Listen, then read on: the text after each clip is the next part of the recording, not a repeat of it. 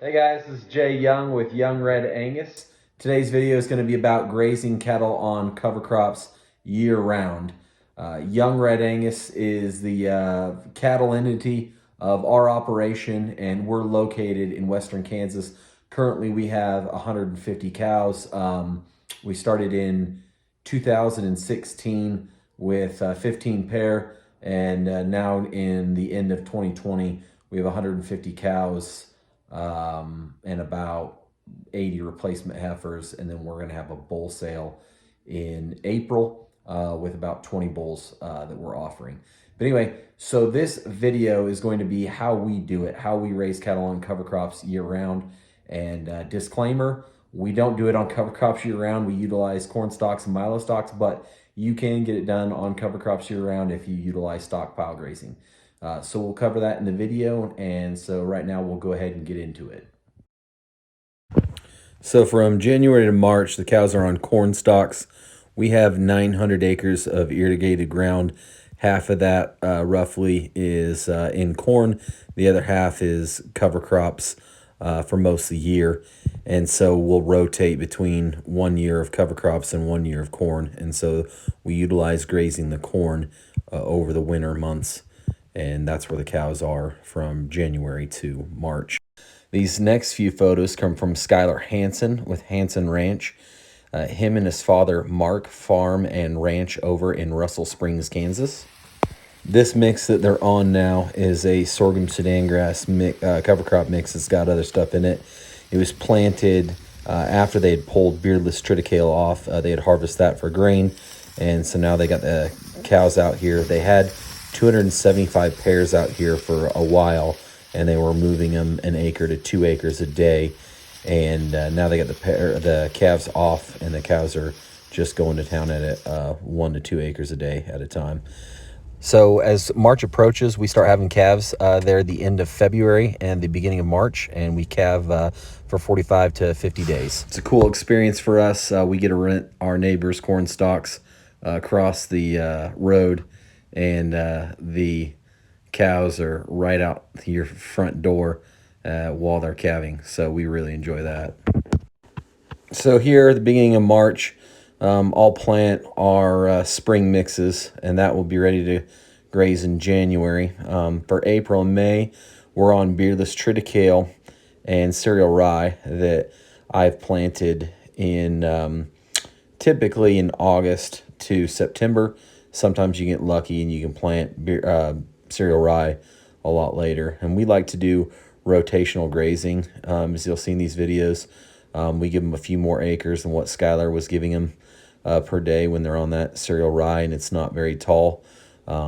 Typically, we haven't been putting that much fertilizer, if any, down on our cereal rye. So we've been skimming on that, and I don't know that that's the direction we're going to go with going forward, but that's kind of how we do it. We have them on these circles, and we try to move them every day. And it looks like I've mowed it down to nothing, which I did, but the regrowth is pretty impressive on that stuff. And you can see here that once you open that up, they are ready to move. And it takes no time at all, because once you get them trained, they're ready to move each day. And so you move them like that. You go back behind you, you pick up the pigtail post, wind it up, and then roll it out for the next day. That's your routine, and it really doesn't take that much time, maybe about 30 minutes to an hour each day, depending on what happens and if you get anything tangled up or anything like that. The other thing I love about it is it really calms your cattle down. Like, we picked Red Angus, and one of the reasons why we picked Red Angus is because of the docility, the calving ease, the mothering ability. The dams are just awesome, but also because of the docility. And then moving them every single day really helps out with that whole process. Here we are in June. The beginning of June is typically when we get to our spring mixes. You could actually get to it a little earlier than what we are, but because of the way we're set up with our AI projects and everything, we're typically getting to it right there in the beginning of June. With a spring mix, you're looking at cereals like beardless triticale, beardless barley, and oats. We like to keep our own oats, and so we just go with oats so that we don't have to worry about the beards. And we like oats, pea, flax, rape, and red clover mix. You can see this year in 2019, the cover crops just did so good, especially on the dry land. The cattle were able to be out there quite a lot of time, and we were able to mow that down and push it in the ground pretty well. And here in this video, you can see they're transitioning from the oats that are starting to turn into the summer mixes. We've tried quite a bit of summer mixes, and what we found is if we know we're going to be able to get some water to it and get some good growth off of it, we really like sorghum Sudan grass, pearl millet, and things like that that are going to get taller. In years that we're worried about drought conditions, we're going to go with some of the shorter millets, the foxtails and the Germans. And we try to just, depending on what we're going to be on, whether it's dry land or irrigated, and if we know we're going to be able to irrigate it or not irrigate it, that's how we rotate things. So you can see this is 2019 when all that stuff is really, really tall.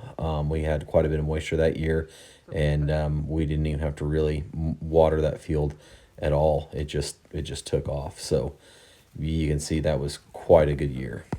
Right now, we're in December of 2020, and we're at 7.5 inches. So a completely different story as you see in these next few pictures of what we got from year to year. In this last photo, a few photos right here, this is a summer mix that just really didn't have much, and you can see the drought stress on the plants there.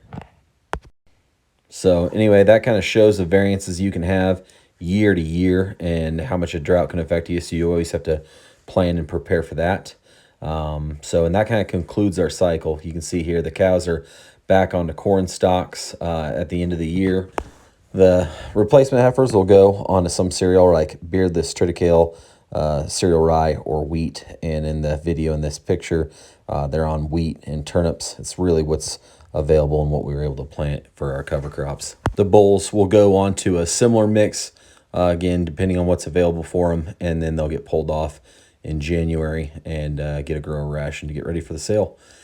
So yeah, if you guys have any questions or thought of anything as you were watching this video, please ask us questions in the comments below, and we'll try to answer those in future videos for you guys.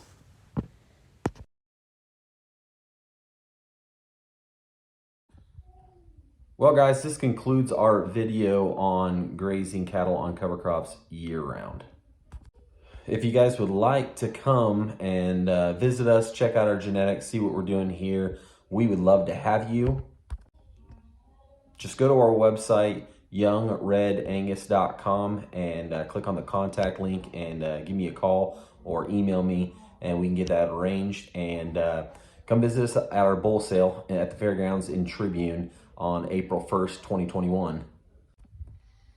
Lastly, if you guys enjoyed this video, please like and subscribe to us on YouTube. We'll have more content coming out on our cattle.